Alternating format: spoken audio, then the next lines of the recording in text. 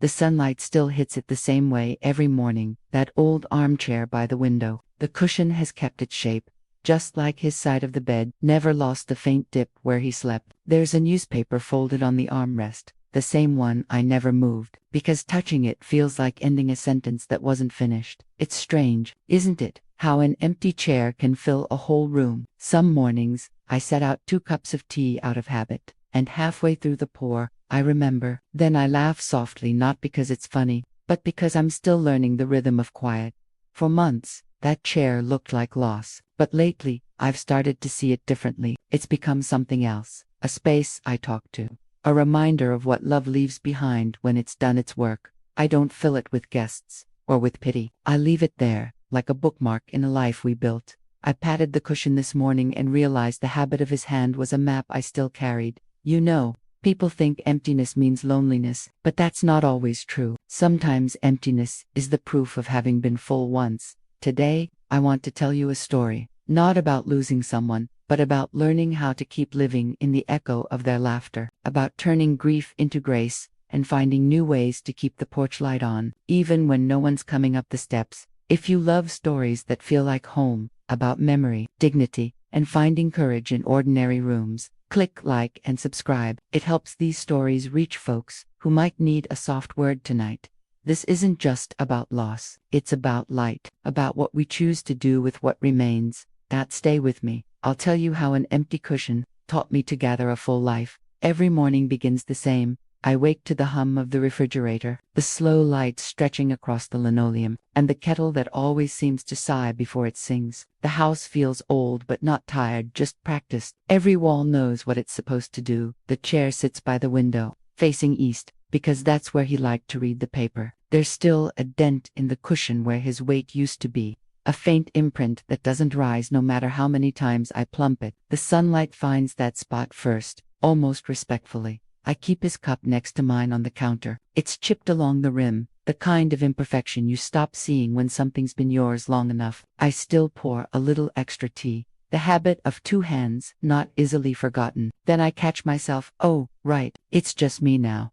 Outside, the sparrows wait on the fence the way they always did. I sweep the path, check the garden beds, pull a few weeds with my knees in the dirt. The world keeps asking for ordinary care, no matter how the heart feels. I find comfort in that sometimes. In the stillness, I talk out loud, not to anyone in particular, just to the air that used to hold his answers. You'd laugh at the price of eggs these days, I tell him, and the mail's late again. Grief isn't only crying. Sometimes it's continuing. Sometimes it's remembering how to fold laundry in silence. The radio murmurs from the kitchen. The same station we liked old country songs and farm reports. The man on the weather segment says, "Dry week ahead." And I say, "We'll see," out of habit, because that's what he always said. The conversation goes on, even when one voice is gone. Every object feels like a witness. The clock ticks slow, like it's holding its breath between seconds. The teapot clicks as it cools. I set my crossword on the table, fill in a few words, skip others, and leave the pencil there for later. But this morning, this one felt different. Maybe it was the way the light hit the cushion, or maybe it was the quiet, the kind of quiet that isn't empty but full of something waiting. I set my cup down and noticed a few crumbs on the chair. For a moment, I frowned. I hadn't eaten there in weeks. I brushed them aside, and under my palm, something rough caught against my skin. A folded edge, paper. Beneath the cushion, tucked like a secret, was a note. My breath caught. My fingers trembled a little as I slid it free. The handwriting, even before I unfolded it, I knew. Firm, even strokes, my name written like he always did when he wanted to get my attention gently. It was his handwriting. I just stared at it for a long moment, the way you stare at something you know isn't supposed to exist anymore. The kettle clicked off behind me. The house went very still. On the cushion, beneath a scattering of crumbs, I found a note in his handwriting. I grew up in a house where order meant love, not the strict kind, the steady kind. My father worked long days at the mill and came home smelling like sawdust and truth. He believed in 2 things, that tools should be returned clean, and that a person's word should never need repeating. My mother was the kind of woman who remembered every birthday in the neighborhood. She'd bake a pie for a family she barely knew if she heard they were having a hard time. Hospitality isn't about perfection, she'd say. setting down another place at the table. It's about making room. We didn't have much, but we had enough, and enough, when shared, was plenty. That's where I learned the shape of love. Not fireworks, not fancy. Love, in our house, was small consistencies, coffee poured at the same time, a porch light that stayed on until the last person was home, the sound of the screen door closing behind you so gently it barely thud. When I met him, the man whose chair now sits by the window, he wasn't loud about anything. That's what I like. He was solid, slow-talking, the kind who fixed things quietly and didn't announce it. His eyes had that practical kindness, the kind that sees what's needed and does it. He'd walk me home from the diner where I worked, not saying much, just matching his steps to mine. "You don't have to talk all the time," he'd say. "Sometimes walking is the conversation." We married young, by today's standards. It wasn't grand, but it was grounded. I wore my mother's dress, he wore his brother's tie, and our vows were spoken under a sycamore in late August. Our first home was a rental with squeaky floors and one good chair between us. We took turns using it, laughing that one day we'd have a pair. Years later, when we finally bought matching ones, he said, "Now we can grow old, side by side." And we did. My parents' lessons lived in us. Keep your word, answer the door, pay what you owe, forgive, but remember, they sound simple until life starts testing them. He and I built a life on those rules, a balance of hospitality and boundaries, giving and guarding. We learned early that kindness doesn't mean letting people take your peace. That's what made the letter, the one I found tucked in that cushion, so disorienting, because I thought we'd already said everything. I thought all the promises were kept, all the accounts settled, all the words spoken. But there it was, his handwriting, the quiet echo of a promise I didn't even remember making. And as I held it, something stirred. Grief, yes, but also curiosity, maybe even duty. I thought I'd tucked away all the promises, until the letter reminded me of the one I'd never answered. Marriage isn't one long story. It's a patchwork quilt, pieces stitched from good days and bad tempers, small triumphs, shared meals, and quiet forgiveness. We had our share of both. The house grew with us, a new room here, a porch there. He fixed the leaky pipes. I balanced the checkbook. It was a rhythm of work and comfort, of knowing what the other needed before they said it. But somewhere along the way, comfort turned into assumption. We stopped asking questions we already thought we knew the answers to. He'd make a decision. I'd go along, because it was easier than arguing. And maybe he thought he was sparing me worry. That's how fault lines form, not from fighting, but from too much peace that goes unexamined. When he got sick, we didn't talk about it much. He said he didn't want a fuss. "I'll be fine," he'd say. And I'd nod, pretending to believe him because believing was easier. We handled it like everything else, quietly, competently, and with too little conversation. When he passed, I thought the silence would end, but it stayed. Only now, it was mine alone. In those months afterward, I found small clues he'd been preparing things, receipts, organized, papers labeled. I admired him for it. He'd left no chaos, only care. But tucked among those orderly gestures was something different, a sense that there was more he hadn't told me. It wasn't suspicion, just intuition, that feeling you get when a familiar room holds a new shadow. One evening, I went up to the attic to look for an old photo album. Dust rose in the beam of my flashlight, catching on the boxes like stars. Everything was labeled Christmas decor, old bills, baby clothes except one. The handwriting on it was his. April 14th, open, if you must. I froze. The date didn't ring a bell. We had no anniversary in April. No tragedy, no milestone. I touched the box, but didn't open it that night. I just stood there, listening to the rafters creak, realizing that even in marriage, there are corners of mystery we leave untouched. That night, I found a box in the attic labeled with a date I didn't remember opening. A folded note on his cushion carried a quiet ask that reached past his absence. I sat down slowly, as if the chair needed an introduction. The paper in my hands felt thinner than I remembered, or perhaps my fingers had grown larger while the paper stayed small. I unfolded the note the way you open a fragile photograph. There were only a few lines, written in the deliberate script I loved. Neat, courteous, the kind of penmanship that takes its time. "Evelyn," it began, and my name on the page felt like a small apology. Then a short paragraph, an old debt, a request for help, a name he asked me to call. At the bottom, his signature, that familiar flourish, the little tick he always made on the tail of his Y. It looked like him. My first thought was practical. Who delivered it? The second was private. Why tucked under a cushion? He'd had a way of hiding small things where only he would think to look. He always said, keep what matters near the seat of your life. Maybe he'd thought I'd need this later. Maybe he'd left it for me on purpose. The note asked for 3 small things. 1. That I reach out to an old friend who'd fallen on hard times. 2. That I look into a ledger entry he'd circled once years ago. 3. That I consider opening a small fund to help the person get back on their feet.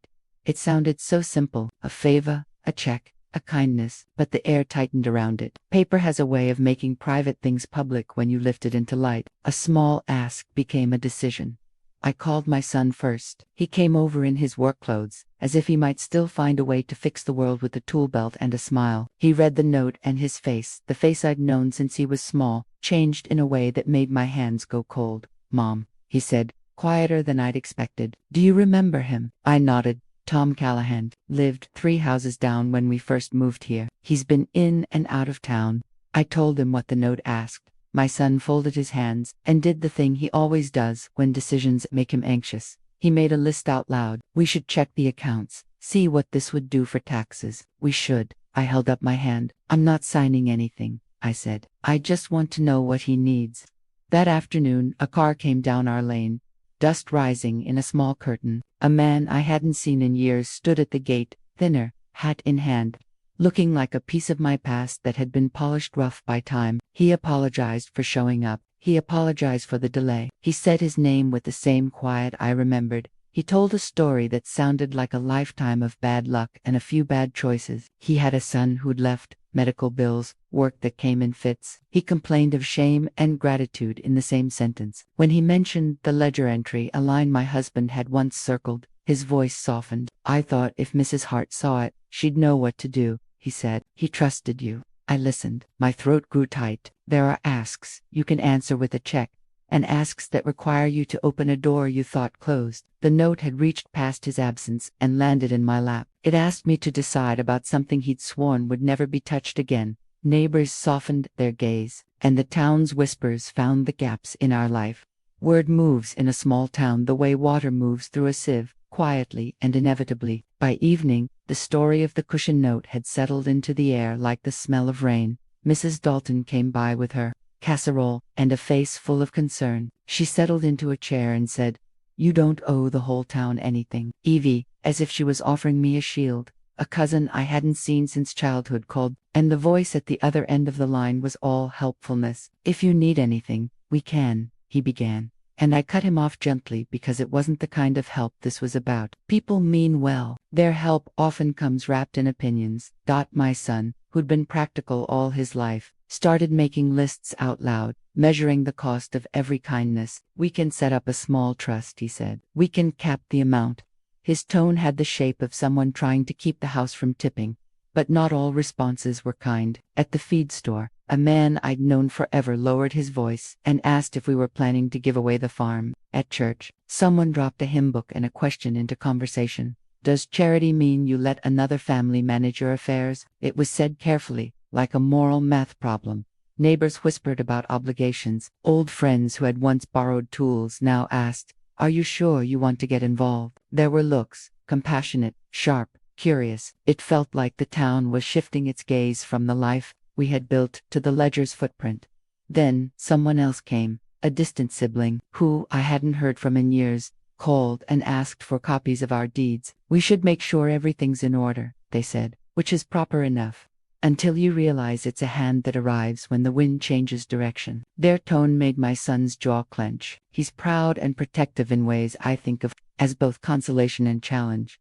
The first visitor left a claim that made my son's jaw clench with worry. A neighbor, who'd helped my husband move an engine block once, mentioned in passing that sometimes old favors get converted into expectations. "You understand," he said, "how community can rearrange itself when money's involved." His words stayed with me. They sounded less like a warning than a cautionary tale. Do the right thing, but beware the kindness that lets others lead without asking. It all made my house feel smaller and louder. I went to the kitchen and made tea because the kettle knows to sing when hands are nervous. The radio played an old tune about roads and goodbyes. I set 2 cups out of habit, one for me, one for the echo of him that still lingers, and thought, about how a neighbor's nod can become a different kind of pressure. We aren't immune to gossip because we live small lives. I watched people I trusted try to manage my care, as if my life were a garden they could prune. That's when I understood something important. Dignity is quiet work that needs defending sometimes. If I let others decide for me out of their comfort, I might lose not only what I built with my husband but also the right to choose how to help. The town's whispers found the gaps in our life. The first visitor left a claim that made my son's jaw clench with worry. Paper can make a quiet life loud. It asks for signatures and truths. The attic box I'd labeled April 14th, open if you must, finally came down under a beam of late afternoon light. Dust motes floated like small moons as I pried the lid loose. Inside was a slim ledger, the kind of book with ruled lines and a leather cover softened by years. My husband's handwriting traced dates and small numbers along its pages. Then, a name was crossed out and a sum was noted beside it in a different hand. The crossing out felt like a small erasure with a shadow beside it. There's a curious feeling when paper moves from private to public. It collects the weight it's been holding and offers it up. A ledger is an honest object. It doesn't wag its finger. But it records truth in a way personal assurances sometimes don't. You can see what favors looked like in a row of dates and figures. You can smell the sense of hurried decisions, of nights when someone put pen to paper to make a problem disappear. My daughter sat with me when I read it aloud. She listened without interruption, the way children do when they're learning about the world's edges. They moved a line here, I said. A favor shifted into something else. Her expression was soft but keen. Mom, she said, we need to talk to someone who understands this, not to judge, but to make sure things are right. Government offices have a way of making things real. A clerk at the county office told me about deadlines and forms. Explained plainly that ownership and certain tax benefits sometimes hinge on small wording. If there's a claim on the property, it needs documentation, she said. If you want to secure the estate, we'll help you file what you need.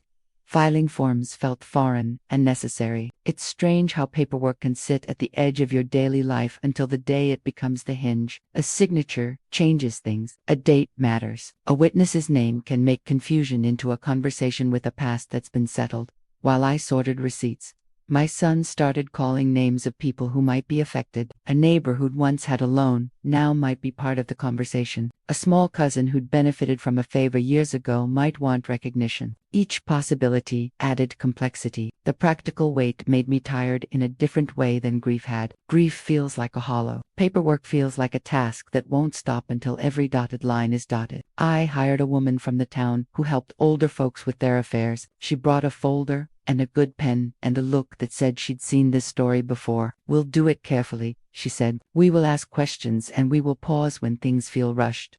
A pause is powerful. It's one of the few small defenses against being swept by urgency. People will say things like there isn't time, and when they do, they're asking you to hand over the steering wheel. I refused to do that. I wanted to understand the ledger before any hand on it became a signature dot in the attic. I found a small ledger with a name crossed out and a sum noted. The ledger asked questions in numbers. My family answered in feelings.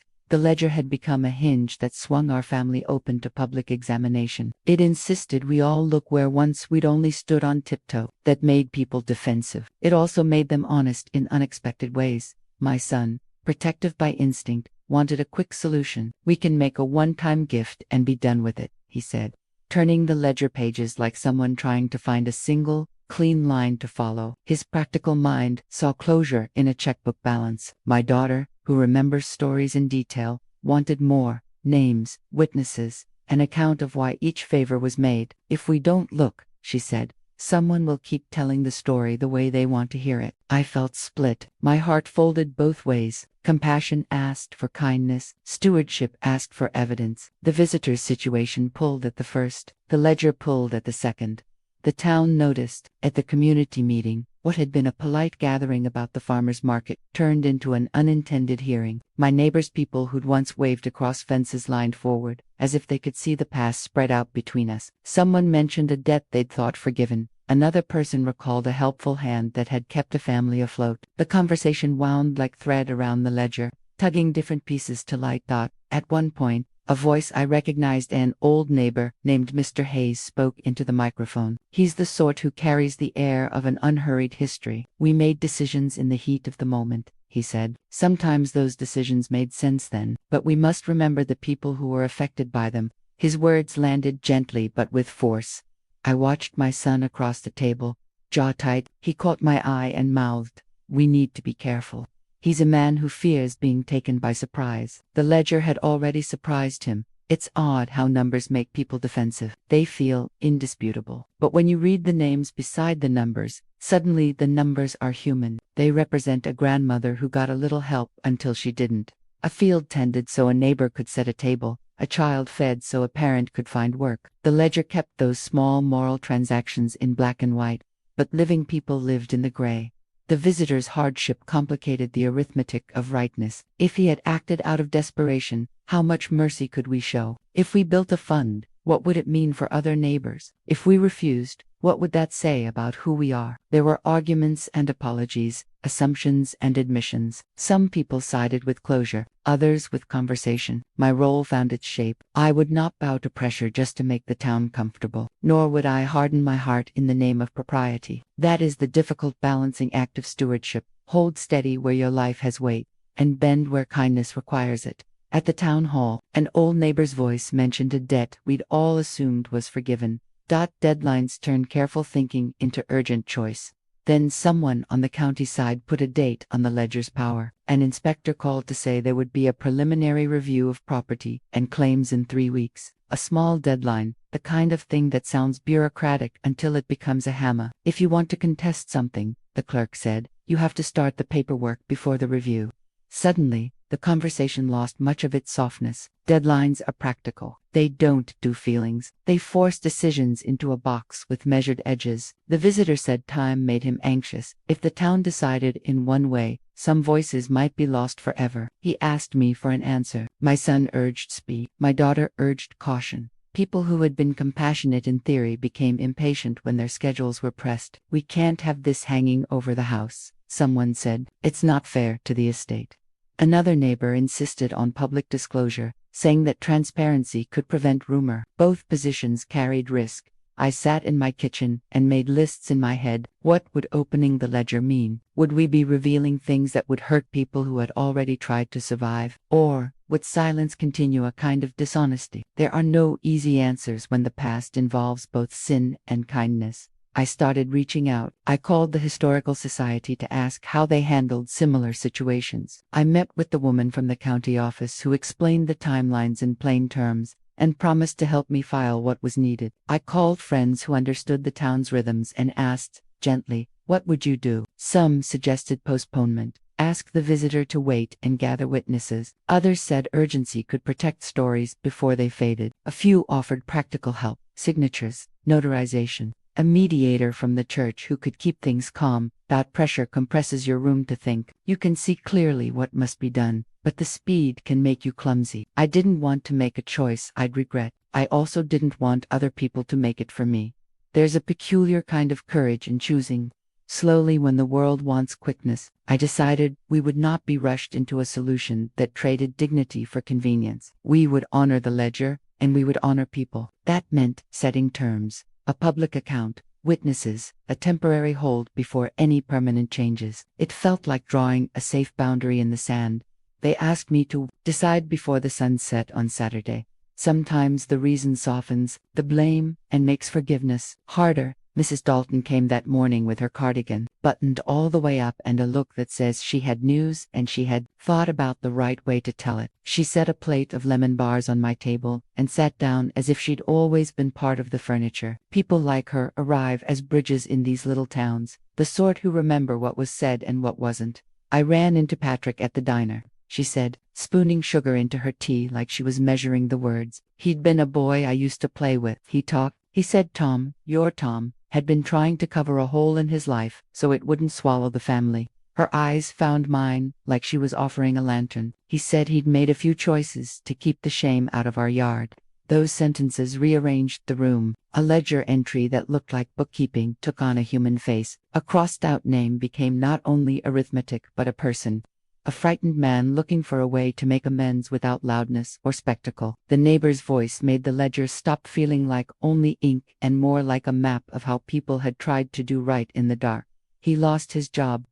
Mrs. Dalton continued. Bills stacked. His son died in a car wreck some years back, and he never quite came back from that. He said he didn't mean to make anything wrong. He just wanted to hold the family together. She paused, the teacup cooling in her hands. He thought using Tom's name, or rather, the ways Tom kept businesses quiet, might keep the worst of it from being seen.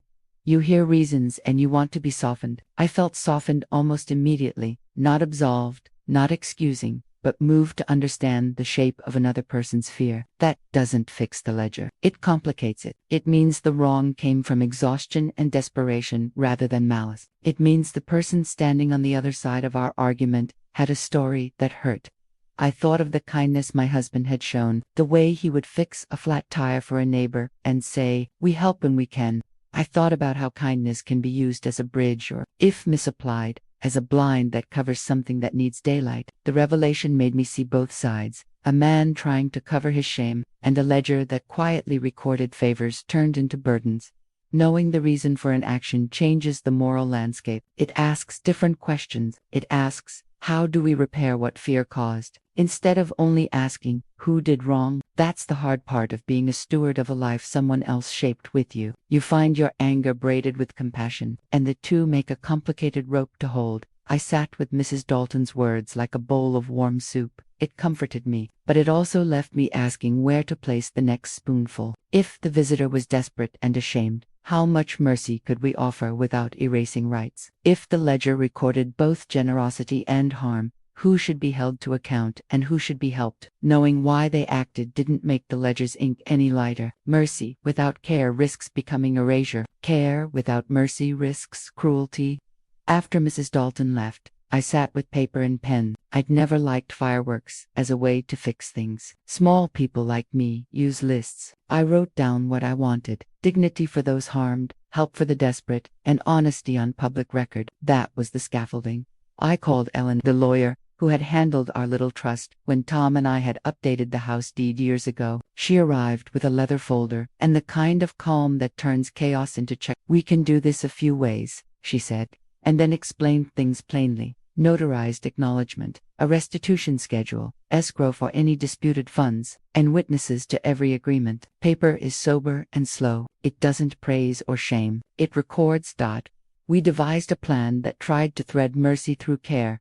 Mr. Callahan, the visitor, could make a public statement acknowledging what had occurred. He could sign a notarized note of responsibility and agree to a schedule of restitution as he was able. Any funds handled would be placed in temporary escrow under the supervision of a neutral third party from the town. All future changes to deeds or major decisions would need joint signatures. We added a reassessment date in 6 months, a pause so nobody could say, "This was rushed." The plan felt like wearing gloves to handle something fragile. We would help, but not at the cost of erasing anyone's rights. Mercy with safeguards, I thought. It seemed right in the quiet logic of my kitchen.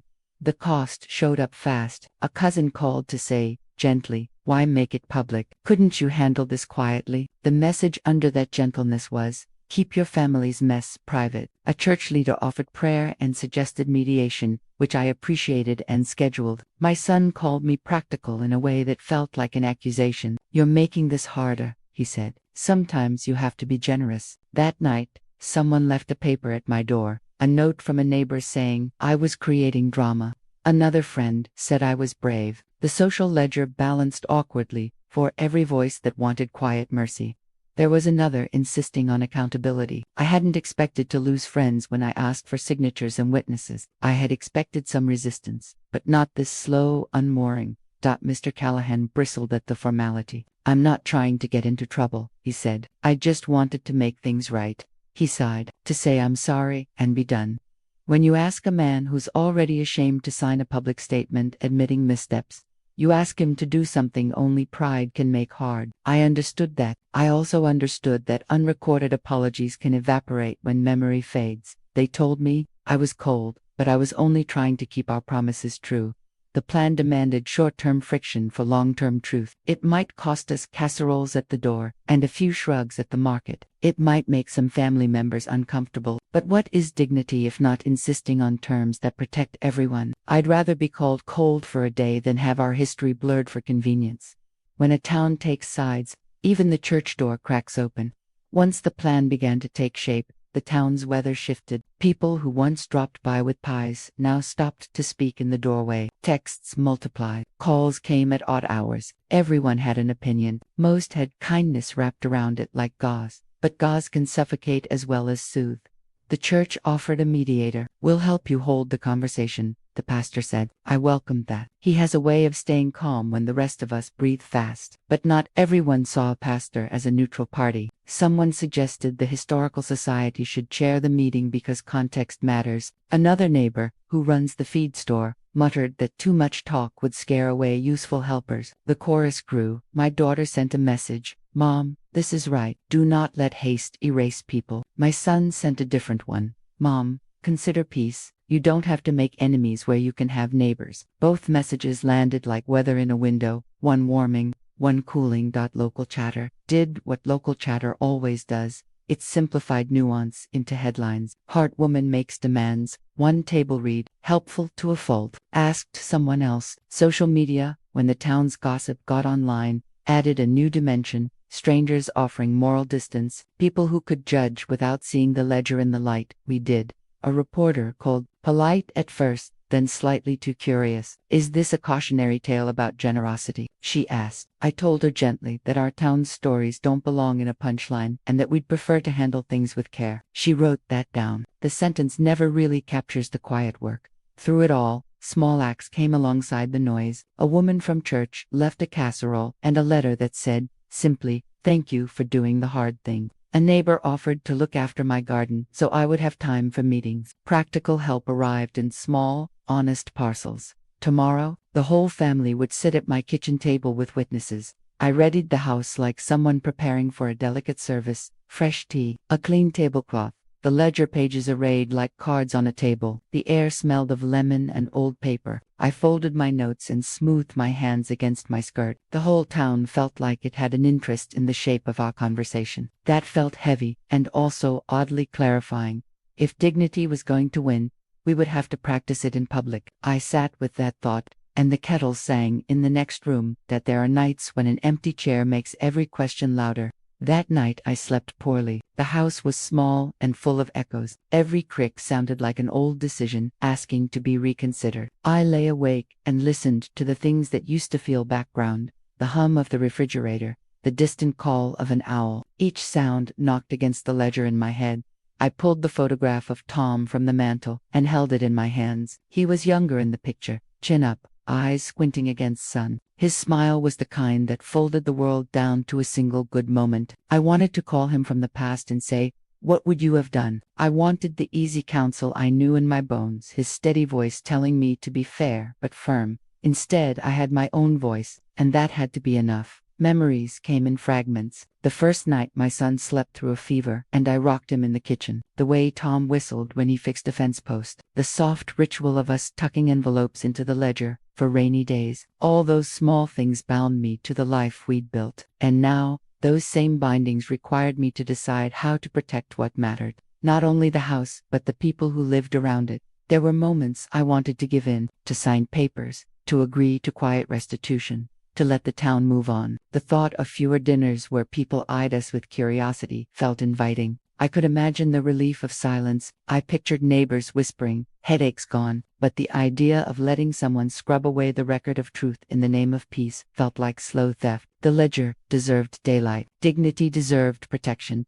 Late into the night I wrote a short letter and folded it into my pocket. It was a note to myself, a code of sorts, a list of the things I would not trade. My voice in decisions about the house, the right for any changes to be recorded in writing, a request that favors not be transformed into assumptions. I wrote mercy with terms at the top, because that phrase made my heart settle for a moment. I thought about walking away. I pictured packing a small bag, driving to a friend's spare room, and letting the town decide without me. The image held its own seduction, quiet, anonymous, but I knew running isn't always brave. Standing and saying, "This is how we will honor both the past and the people in it," is harder. I lit the lamp beside my chair and sat with the ledger once more, reading the names and thinking of the faces behind them. I breathed in the smell of old paper and lemon, Polish, and felt both the pull of memory and the call to action. At dawn, I rose and smoothed my dress. I had a small, final act to do before the meeting,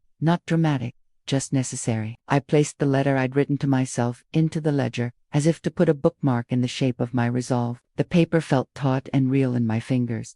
I slipped a short note into my pocket and went to bed with the resolve to speak at dawn. I chose fairness over fury and put the terms on paper.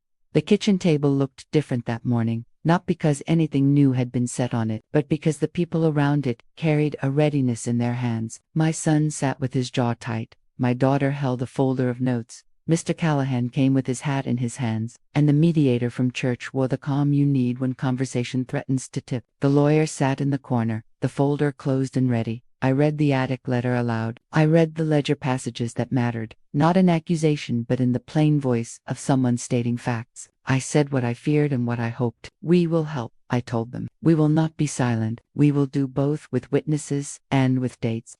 I laid out the plan on the table. A notarized acknowledgement from Mr. Callahan that described what had happened. A restitution schedule keyed to his ability to work and repay. Money to be handled by an escrow account held by our church council. And a reassessment in 6 months. No changes to deeds or major decisions without joint signatures. Records kept, witnesses present. Mercy with terms. My son slammed his palm on the ledger in a sudden motion, surprising everyone. "You're asking for paperwork when people need help now," he said, his voice tight with love and fear. "You're making a theater of this."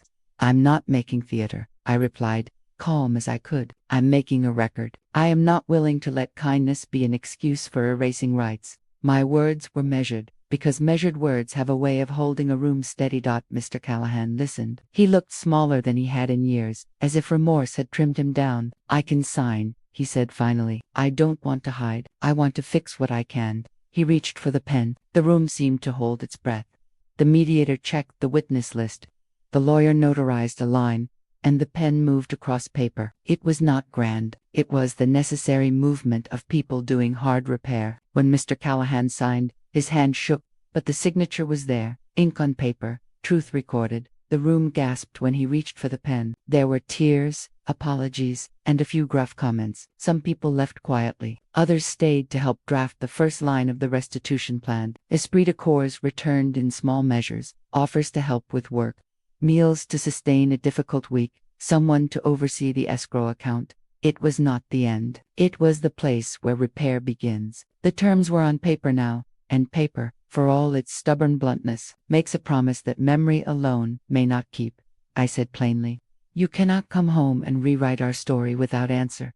The kitchen table looked like a small court ledger, pages, a tidy stack of receipts, the escrow paperwork Ellen had printed, and a Bible someone set down as if truth were a portable thing. The afternoon light slanted through the curtains and put a thin gold line down the center of the table. We all took up our places around it like people arranging themselves for weather. Mr. Callahan sat across from me, his hat on his knee, a man thinned by time and worry. He cleared his throat and looked like he wanted to get up and leave. My son stood near the doorway, shoulders rigid, the way they go when they're worried they'll say something they'll regret. My daughter had the mediator's number on her phone and kept checking it like it might be a lifeline.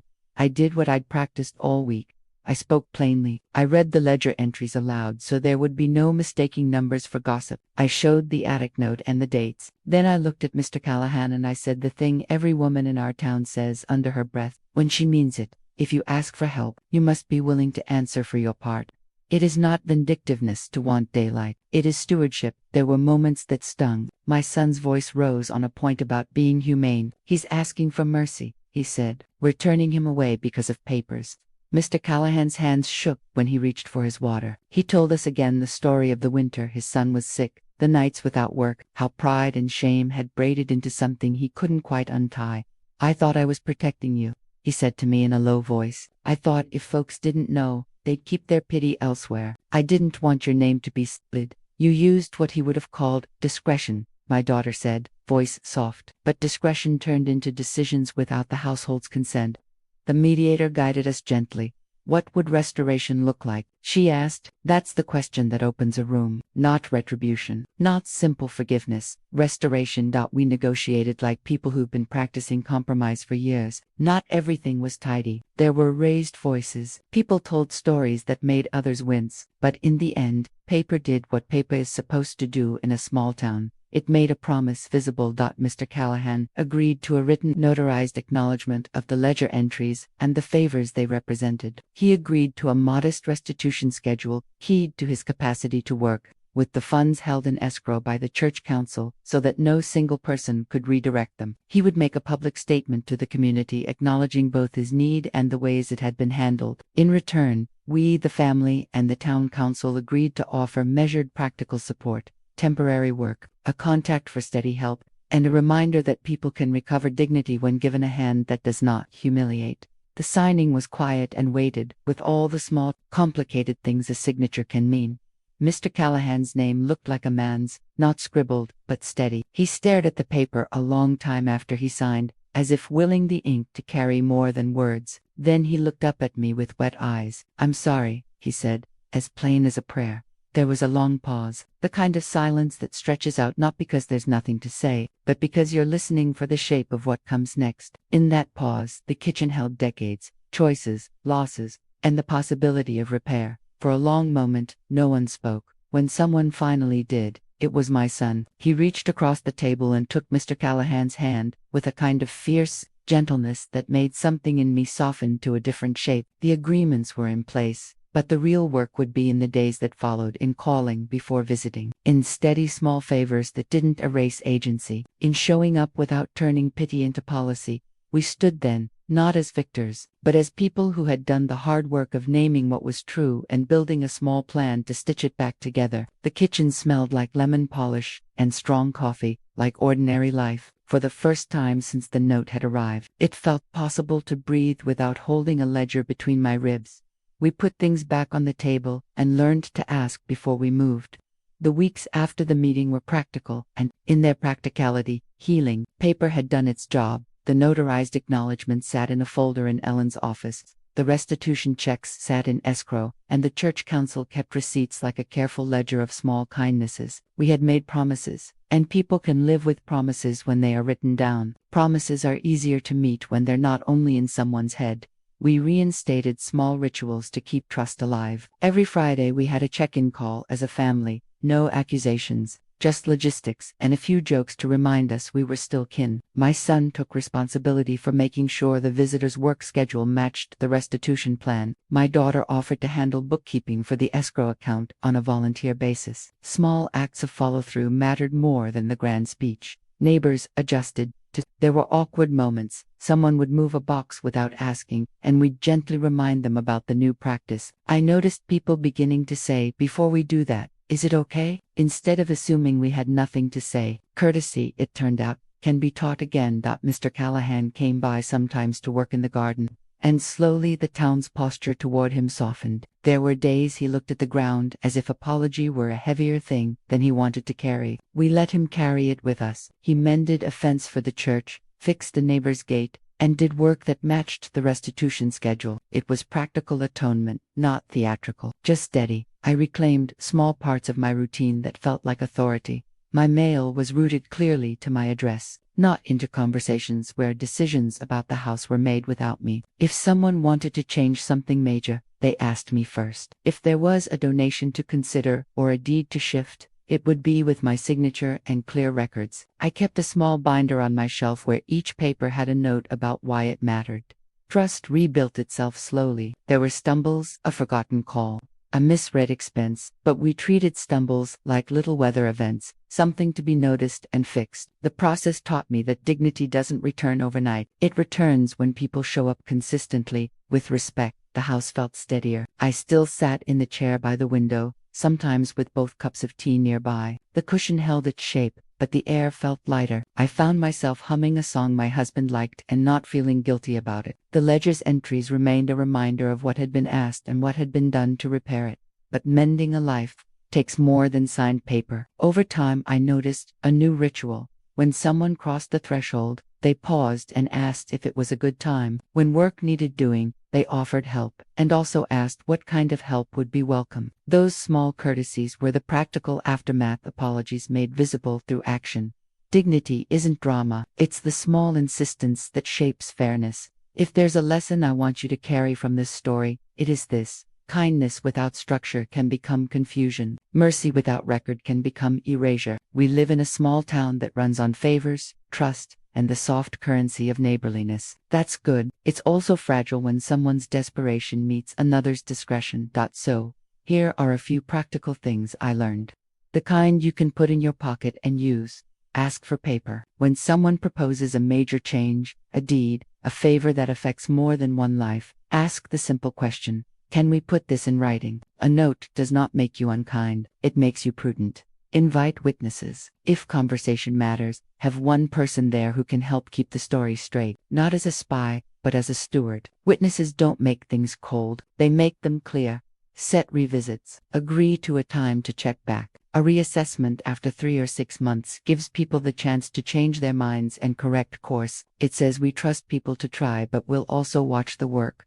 Balance mercy with safeguards. Helping someone does not mean you hand over your keys. You can offer a hand without giving away your house. Escrow schedules and small, practical agreements protect both dignity and people. Keep your rituals. Don't let neighborliness turn into being sidelined. Keep your chair by the window, your tea ritual, your ledger of receipts. Those are not stubborn relics. They're anchors. Speak plainly. When things go wrong, name them without spectacle. Names on a ledger are not drama. They're evidence. Speaking plainly helps people own what they can fix. This is not about turning greed into guilt, or about making everything a contract. It's about recognizing that human lives, your life, your family, deserve both heart and structure. We don't have to choose between being kind and being careful. Those two things can be companions. I believe in the American smallness that says neighbor helps neighbor. And I also believe in the fairness that says agreements are made clean so people are respected. There's nothing unloving about asking for a little clarity. Indeed, often it is the kindest path. We weren't perfect in our handling of the ledger, the attic, and Mr. Callahan's shame. We argued, we cried, we fell into old habits and had to climb out again. But we tried. We put agreements on paper, held people gently accountable, and offered help with dignity. I think that's what dignity looks like. Small, steady, and insistently fair. We learned it together in the ledger's ink and in the soft work of rebuilding trust. We weren't perfect, but we were trying. People started to say aloud what neighbors often keep inside. The story didn't end at our table. A week after the meeting, someone from church told me they'd been in a similar place, and because of our example, they'd called a lawyer before signing anything. A woman brought over an old deed and asked me to help her understand it. You gave me permission to ask questions, she said. I thought I had to be grateful, even when I had questions. Messages came in from people I'd never met, online notes, and letters from neighbors elsewhere who said, "Your story made me stop and check my own paperwork." A man wrote, "I apologized to my mother for assuming too much." Those words feel like a quiet choir that turns out one careful stand can change how a town behaves. People began to ask before moving boxes. Someone started a small workshop at the library about record keeping for families. Kids learned what a ledger looked like and why receipts matter. Our private business turned into a public lesson on respect.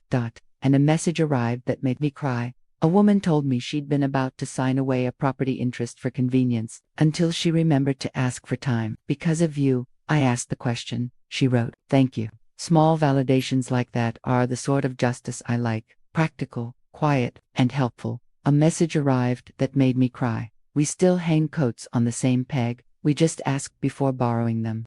Months later, the house feels like the place it was supposed to be, full of memory, but arranged so new life can fit. The chair still sits by the window. Sometimes I set 2 cups out, and sometimes only one. Sometimes a neighbor drops by for tea and a short conversation about nothing important. Those small talkings are the stitches of a community. The attic is ordered now, boxes labeled with dates and reasons, a short note inside each explaining context. The ledger is in a folder with a cover note that explains why certain entries appear. It's not about erasing the past, but understanding it. My son calls more often, checks the calendar before coming by, and brings flowers when he does. My daughter organizes the check-ins and sends recipes. Mr. Callahan mends neighbors' gates on weekends. He and I wave and sometimes stop for a moment to pick up a patch of gossip and leave it lighter. I keep a small memento from the signatures in a drawer, a pen cap, a scrap of paper. It reminds me that dignity can be defended without malice. It's a talisman of the long, slow work of repair. The doorbell rang once, and everyone paused politely this time. If this story touched you, please tell me in the comments, what would you have done at that kitchen table? Subscribe for more small true stories from my porch and my pantry, stories about memory, courage, and how ordinary people keep dignity alive. Next time, I'll tell you about a trunk in the attic and the letter inside that turned an entire summer into something we never expected. Next time, the letter in the trunk that turned a summer into a secret. Thank you for listening. Special thanks to neighbors, witnesses, and the quiet hands that helped mend what needed mending. See you soon.